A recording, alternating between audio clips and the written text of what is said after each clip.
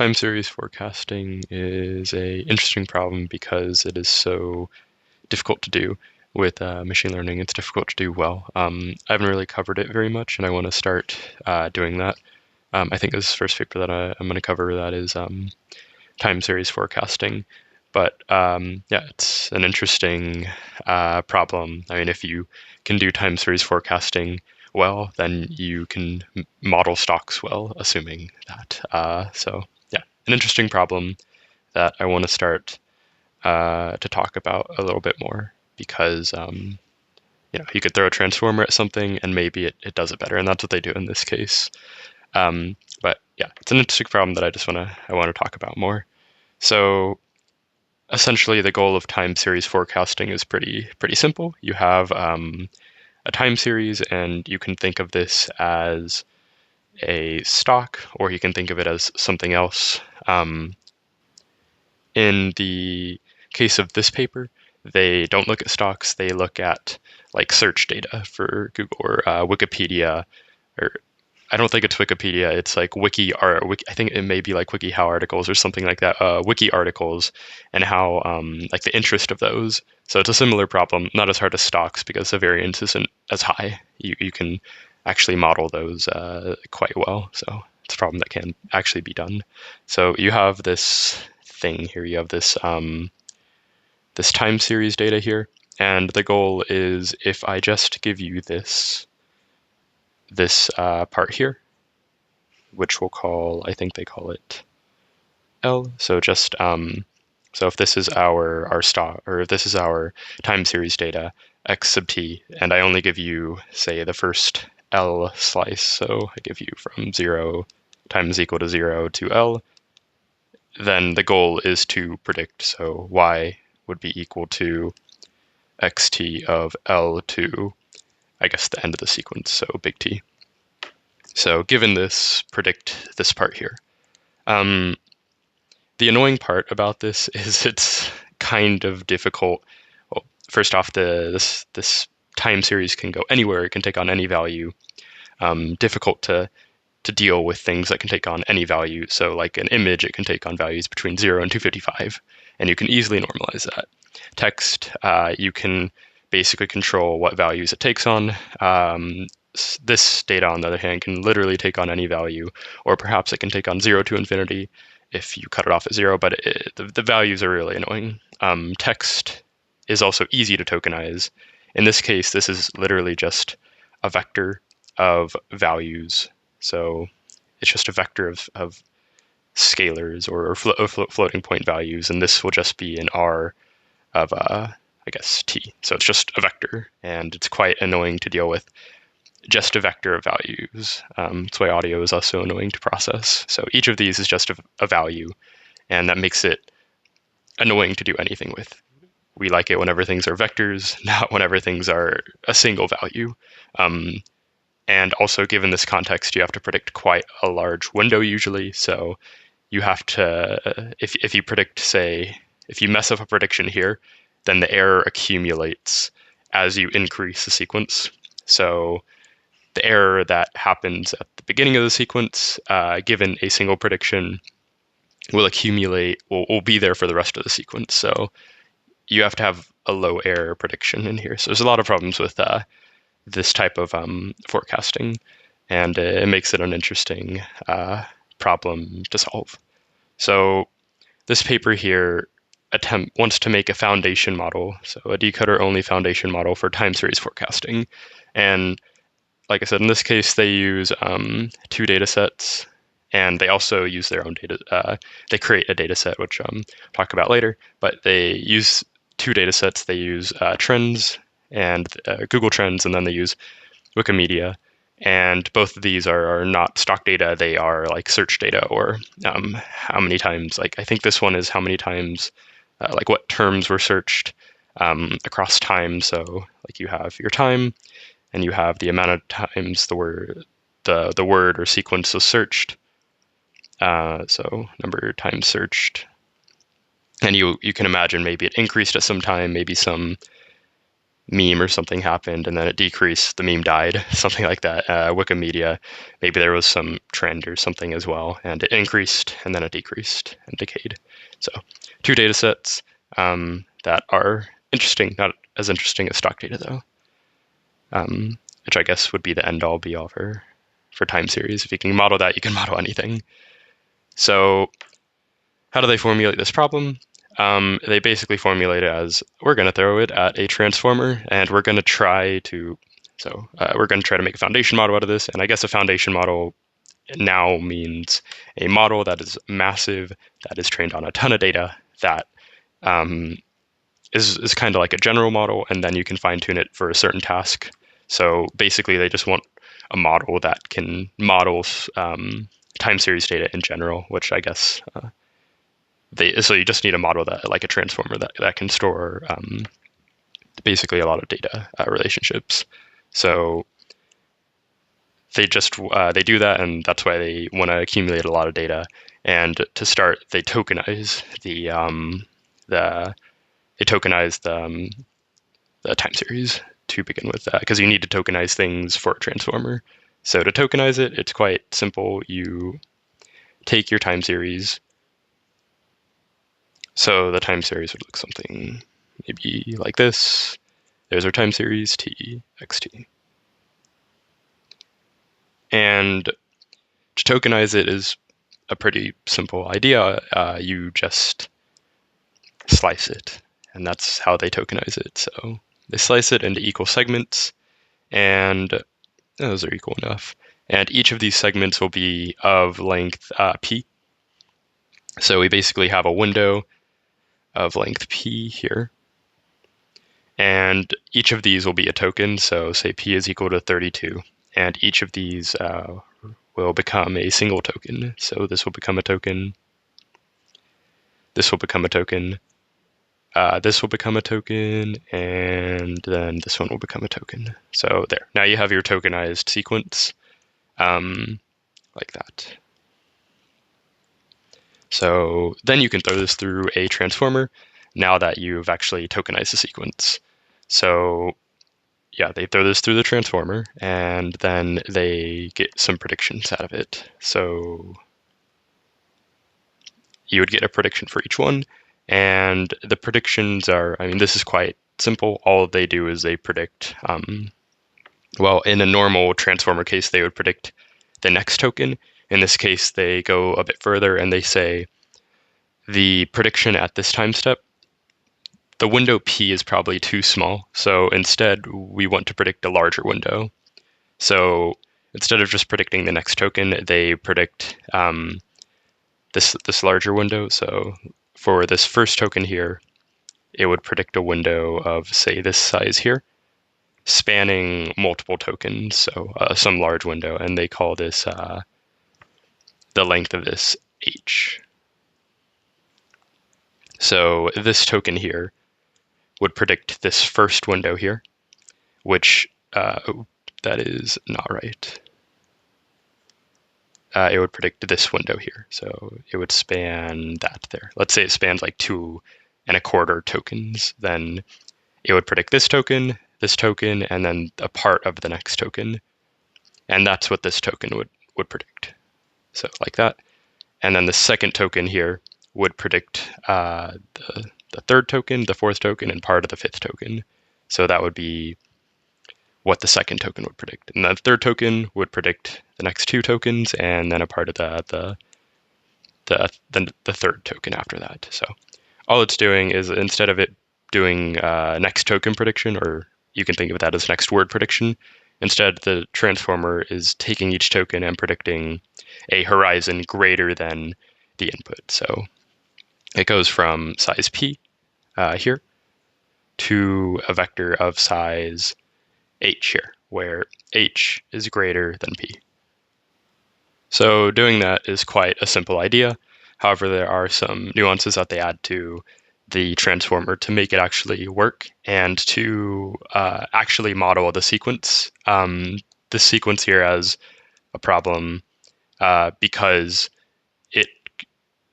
you don't always have a sequence length of 32. You may have it shorter, you may have it longer.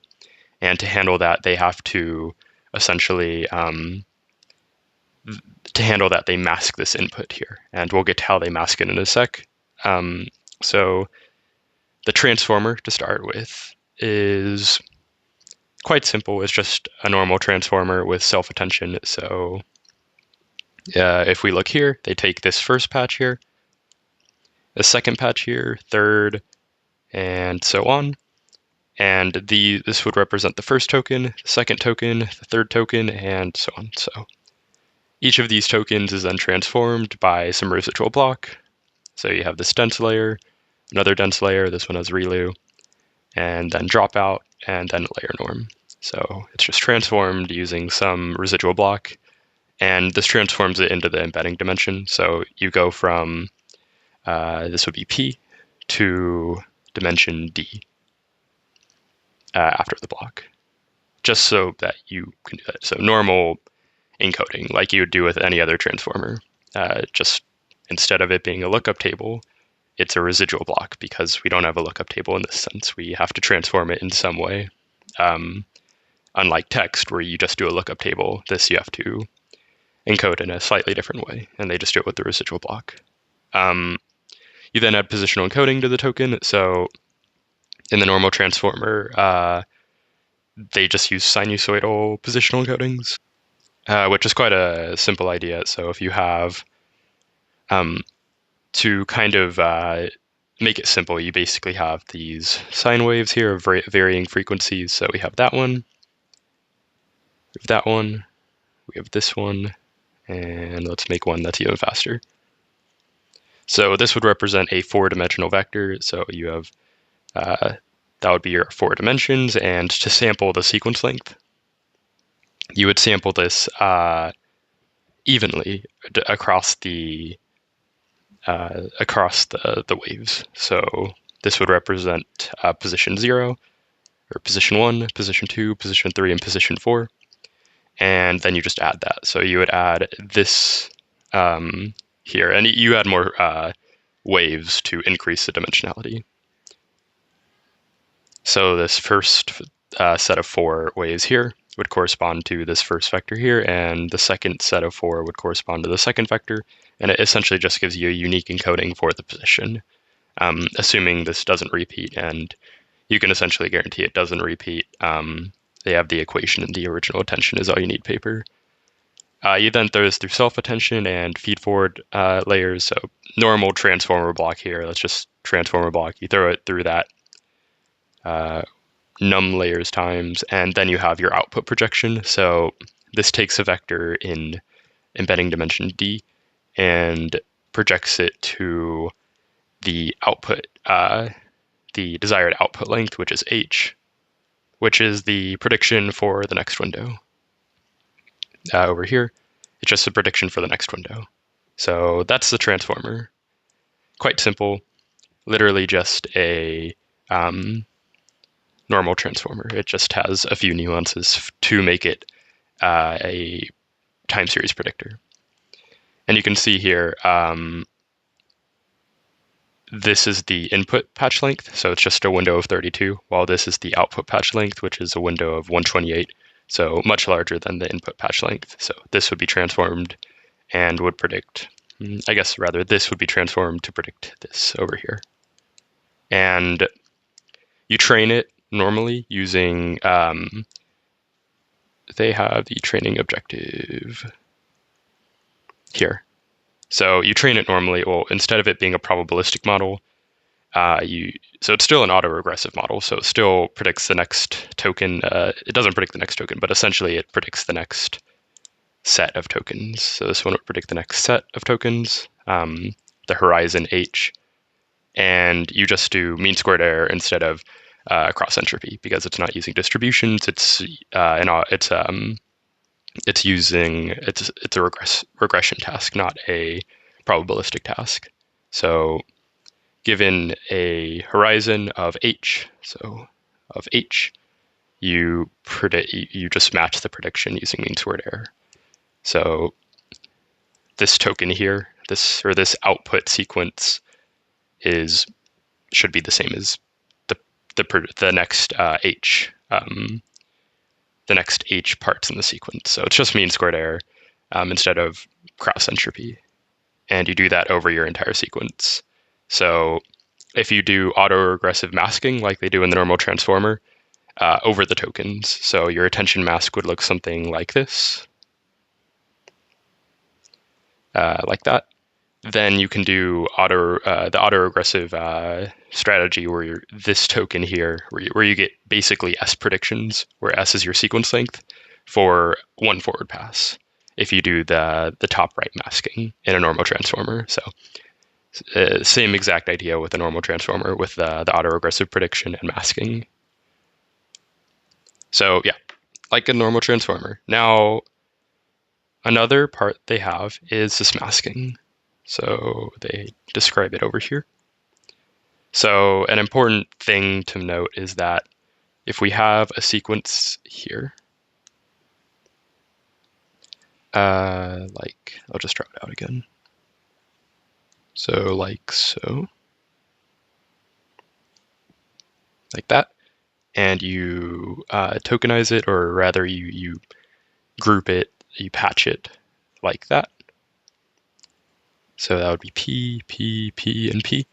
A problem is it doesn't know how to deal with non-multiples of P. So if you just patch it in multiples of P, then the transformer learns how to only predict multiples of P, or how to look at multiples of P of a time series. So instead, you can mask this first one and essentially shift the sequence back a little bit so that it becomes non-multiples of P. So to do that, they predict R, and R is going to be somewhere between 0 and P minus 1. So somewhere along here. And they just predict R for the first part, and R is going to be a value less than P. So R is less than P. This is just some random number, some random integer prediction. Let's say it lands here, so like R is equal to 16, so P over 2, something like that. Then your first token essentially becomes this, padded with zeros. So then you would add a bunch of zeros here, and this becomes your first embedding for the transformer. So this is your first embedding, and essentially it learns how to deal with a varying input sequence length here. So instead of it being a static 32 sequence length that it has to learn how to deal with, you can instead have something like this. And this would then, your second token would then be patch length. So it would be P. So this is P over 2. This is R is equal to P over 2. And your second embedding would be of length P, like this. And then your third one would be of length P again, like that. And the last one, if I keep going, so it would go here, P. And then this one would also be P. But the sequence length ends here. So it would be P, and then that would be P over 2. Or wherever, assuming the sequence length is a multiple of 32. And then you pad it with zeros like that. So this basically allows it to learn how to deal with a input length that is not necessarily a multiple of 32, and an output that is not necessarily a multiple of 2. So you're basically just shifting this sequence around so that it deals with sequence lengths that are not multiples of 2. So you can imagine the shift would be, it could also start here as well, or it could start all the way over here. So something like that. Just sampling R for every sequence. And like I said, they pass a mask through. So you can think of this as just a padding mask. So the first sequence would be, or the first token would be this, along with the padding, like that. So padding. And then you send this through, and they mention that you just multiply this part by 0. So that's all you're doing, just masking that part so that it learns to deal with varying input sequence lengths and output sequence lengths that are not multiples of 32. So one way to look at this is that you can do a trade-off between a BERT or a GBT style model. So encoder versus decoder, and you can kind of do a mix between those in some way. So a completely decoder style model would take the entire sequence, and it would, so this is our entire model, like that. And each of these, each of the values in the time series is a scalar. So it takes the vector, this is our time series, and it just throws that through the model, and the model learns to predict the next value in the time series. So instead of it predicting a horizon, h, all it does is predict the next scalar value, the next scalar value in the time series. So that would be a completely decoder style model. And that would be, yeah, so then you would just use completely, so you wouldn't tokenize it at all, so, or you wouldn't group it at all, you wouldn't patch it, you just throw each scalar through at a time. Now, a BERT style model, or an encoder style model, would make this the entire token. So instead of you having an individual scalar for each one, you actually have one single token. So these are the two extremes. You have a token of size 1, or you have a token of size p, or of size the entire sequence length. So in this case, we basically do mask to language modeling. So we have this mask here, and in here you basically mask random sections. So if I were to,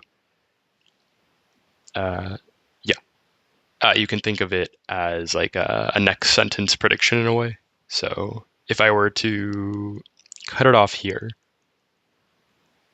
and say this is our R for our token, then I would feed this into the model and it would predict this horizon here. So this is essentially like a next sentence or next sequence prediction, which is kind of like which is like an encoder style model. So this gives you the parallelism where each scalar has its own prediction, while this gives you one prediction of the entire horizon. So these are kind of the two ways you would do it. This would be encoder, or this two ways you would do like language modeling. This would be an encoder style, and this would be decoder style. One single sequence prediction versus S predictions, one for each part. So the method they do is kind of like a trade-off. If you have a larger patch length, so the patch length here, let me draw it out in blue. If you have a really large patch length, so going to the extreme of the patch length being equal to the sequence length, or the span of the size of the time series, then you get this encoder style model where you don't get any parallelism in the predictions and you get one prediction. While if I go the other extreme, p is equal to 1, then let me draw that out. That would be p is equal to s. If I p is equal to 1, then that goes to the decoder style where you get one prediction for each part of the sequence. So this would be, both of them are inefficient, but you get this trade-off between the two. So they actually look at which one is better. So having a larger patch length or having a smaller patch length. And if we look down here, having a patch length of 8, so that's really close to the decoder style, like this, a small patch length here, is worse than having like a mediocre patch length of 32. It's also going to be slower because you get, this would also be slower because you have to do more, your sequence is larger, so you have more predictions you have to do. And then they go to a further extreme of going from 32 to 128, and it does a little bit better with 128, slightly better. They talk about it down here. So they say, we have typically seen that increasing 8 to 32 increases performance, but having too high is impractical since that makes the model shift from decoder training to encoder-decoder style training. So it's less efficient with the data whenever you do the encoder-decoder style, so the encoder style training, rather than a fully decoder style, which is more efficient with the data because you get more predictions with one pass, but it's also more computationally expensive and worse than having a mediocre size in between. So I thought that was kind of interesting. Now, how does the model actually perform? So if we look at the results, it performs quite well, and this is all zero shot. So they don't fine tune it on a downstream task like this data set here. This is all zero shot. So they trained it and they have this zero shot model, and it does quite well here. It does quite well compared to the other ones, which are made for these specific tasks. So here it does quite well. The MAE, the lower the better. The smaller the MAE, the closer the prediction is to the actual prediction. And here does quite well. So 3 tasks does quite well on. These are just various time series tasks. Additionally, the model size scaling laws: 17 million, 70 million, 200 million. As you increase the number of parameters, the MAE goes down. So the better the model does, as one would expect. And the final thing that they talk about is the data set they created. So I'm going to show how they create the synthetic data, but essentially, if you just have this small data set with real data, it's worse than having if you add synthetic data to that data set. It does better if you add the synthetic data. They mention the mixture. I do not remember where, but they mentioned the mixture they use, and the mixture is it's a 60% 40 split. So they actually use 60% synthetic data and 40% real data, interestingly. I'm not sure where they say that, but they do. And the synthetic data, so the real data comes from the 2 data sets I mentioned before, here and here. And the synthetic data is created using this method down here. So synthetic data, they have basically 4 things they do. Piecewise linear trends, so essentially you can break a time series, so this would be of length t, and you break that up into, they say, the number of piecewise linear components is randomly chosen between 2 and 8. So you break this up into, you randomly break this up into 2 to 8 pieces. I think this one's 8. And then you randomly create just a linear function for each of the pieces. And that creates some noisy looking time series that just does 8 piecewise parts. And each one is just a random linear part with a random slope and a random intercept. So go right there. Then we'll go right there. The second part is ARMA, where so ARMA with P and Q, where 1 is less than P, or 1 is less than or equal to P, and Q is greater than, or 1 is less than or equal to P, and Q is less than or equal to 8.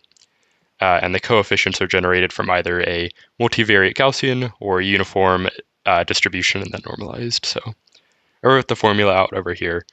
Essentially, you can think of it as like a stochastic differential equation. So ARMA has 2 parts. It has this autoregressive and moving average part, where the autoregressive part is controlled by P and the moving average is controlled by Q. I'm guessing the coefficients they found here are generally used in these types of models. I'm not super familiar with the literature behind them. So if they are, cool. Or maybe they just randomly chose them. So ARMA has this style. So x at any time is equal to an initial condition, so that would be this part here, plus, I don't know why I boxed that. It should be that. You have this AR part, so you have this signal part, and your MA part, which has a noise term, and you have phi, which are your AR coefficients from your Gaussian that you sample based off P. And you have your moving average coefficients based off Q. So this is your signal, and this is just your noise. You can imagine if I just had the signal, it would be some piecewise smooth function, maybe similar to this, but adding the noise makes it jump around and a lot more messy. So ARMA, just a way of creating a time series using basically a stochastic differential equation. Yeah, and then the last part is the sinusoidal and cosine part. So seasonal patterns in particular, we create the sine and cosine waves of different random periods between 4 and 96 points. So yeah, and you have time delays too. So essentially this is just like for you create a bunch of sinusoids and then you sum them together and you create a periodic, messy kind of looking pattern. And I think they use 4 to 96 different sinusoids. So you could have something with only 4 or something with that looks very noisy with 96. They say they randomly enable disable the 4 components, generate time series of length 1024, and sum them up using uniformly sampled random weights to create each time series on synthetic data. So just like sum up the ARMA, the cosine sine, and the piecewise linear parts. So that's how they create the synthetic data. They don't give the code for it, but that's the idea behind the synthetic data. And it looks it looks fine. I guess it learns. It appears that it helps the model. These are the synthetic curves, and you can see it does look very like this one looks kind of stochastic, but there's definitely a pattern to it because it's a sinusoid. This one here, very periodic. This one and this one too. They're all sinusoids, so it looks very periodic. So yeah, apparently that helps. These are the real ones, which look like actual real data. So it's like some messy signal increasing, and this is like some messy signal increasing and then decaying, and someone with spikes. So they show that the model actually does the predictions quite well. Theirs is blue. So if you look at the blue curve after the window, it does the prediction, and the prediction is close to the actual data that they have. Orange is this is the ground truth, and blue is the prediction, and it mostly follows it. So the model appears to work according to the results they have. We don't know because it's not open sourced. But yeah, that's the model. All it is a transformer with a few things they manipulate to create a foundation model that could probably then be fine-tuned on some downstream time series task. Yeah, hopefully somebody creates an open source version of this. It's nice that they use open source data sets and create their own synthetic one so that one can actually reproduce this. Yeah, but an interesting paper nonetheless.